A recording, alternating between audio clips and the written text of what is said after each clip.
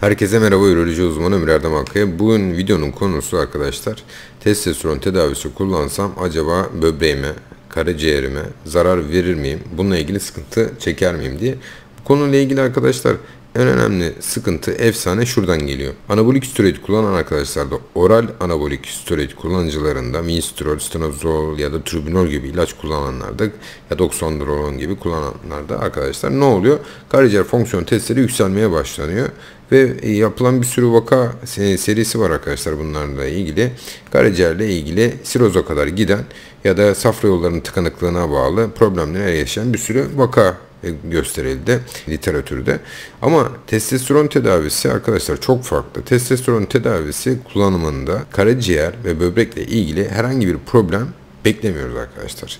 Özellikle yapılmış çalışmalar var ki şunu söylüyor.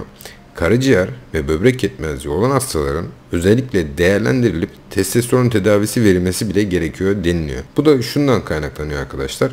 Şimdi bir böbrek yetmezliği olan bir kişide, şimdi iki çeşit böbrek yetmezliği var. Bir tamamen artık gelişmiş böbrek yetmezliği, hasta diyaliz artık sınırına gelmiş. Bir de kısmi olarak böbrek yetmezliği olan bir insan düşünün. Şimdi bunların her ikisine de testosteron tedavisi verilebiliyor.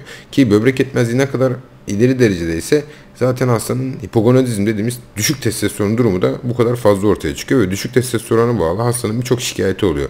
Hastanın cinsel anlamda androjenik ya da anabolik anlamda şikayet olmasa bile hastanın anemisi oluyor, kansızlığı oluyor, düşkünlüğü oluyor, yorgunluğu oluyor. Yani yaşam sevinci ciddi derecede azalıyor. Artık tedavi rehberlerinin çoğu der ki arkadaşlara, hastada, böbrek hastalarında testosteron tedavisi eğer hastanın ihtiyacı varsa verilmelidir der. Artı testosteron tedavisi verildiği zaman hastanın kansızlığına, anemisine de iyi geliyor. Hastanın kemik erimesine de iyi geliyor. Hastanın günlük yaşam performansının kalitesine de iyi geldiğini gösteren birçok yayın var arkadaşlar. Hatta şöyle bir yayın da var. Hafif derecede böbrek yetmezliği olan kişilerde tam böbrek yetmezliğine geçiş sürecinin testosteron tedavisinin uzattığını, yani böbreği bir miktar belli bir süre koruduğunu gösteren yayınlar da var.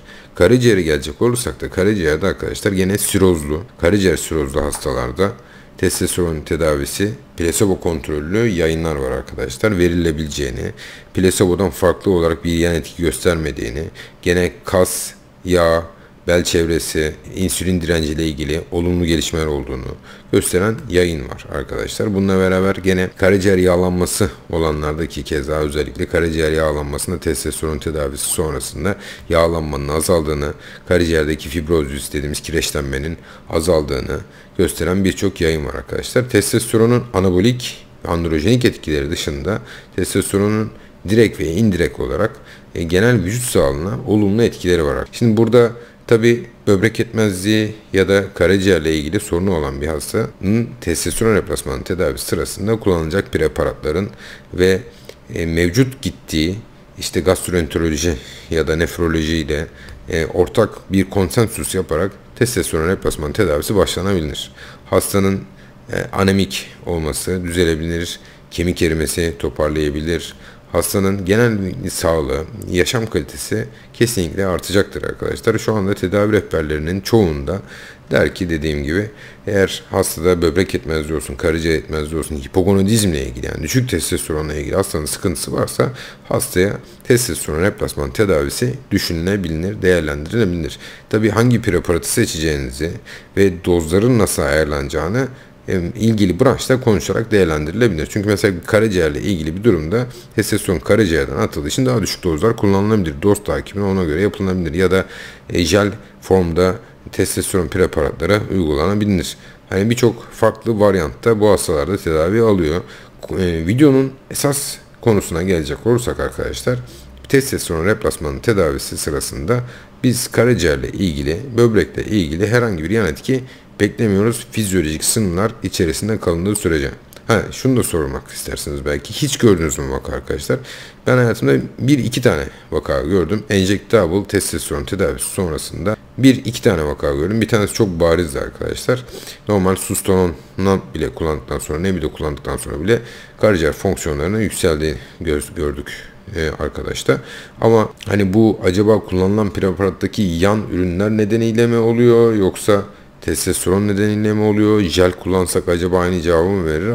Ama bu sorunun cevabını bilmiyoruz açıkçası. Ama dediğim gibi yani 1000'de 1'dir, 10.000'de 1'dir testosteron replasmanının tedavisi sonrasında karaciğer fonksiyonlarında yükselme ya da böbrek fonksiyonlarının bozulma.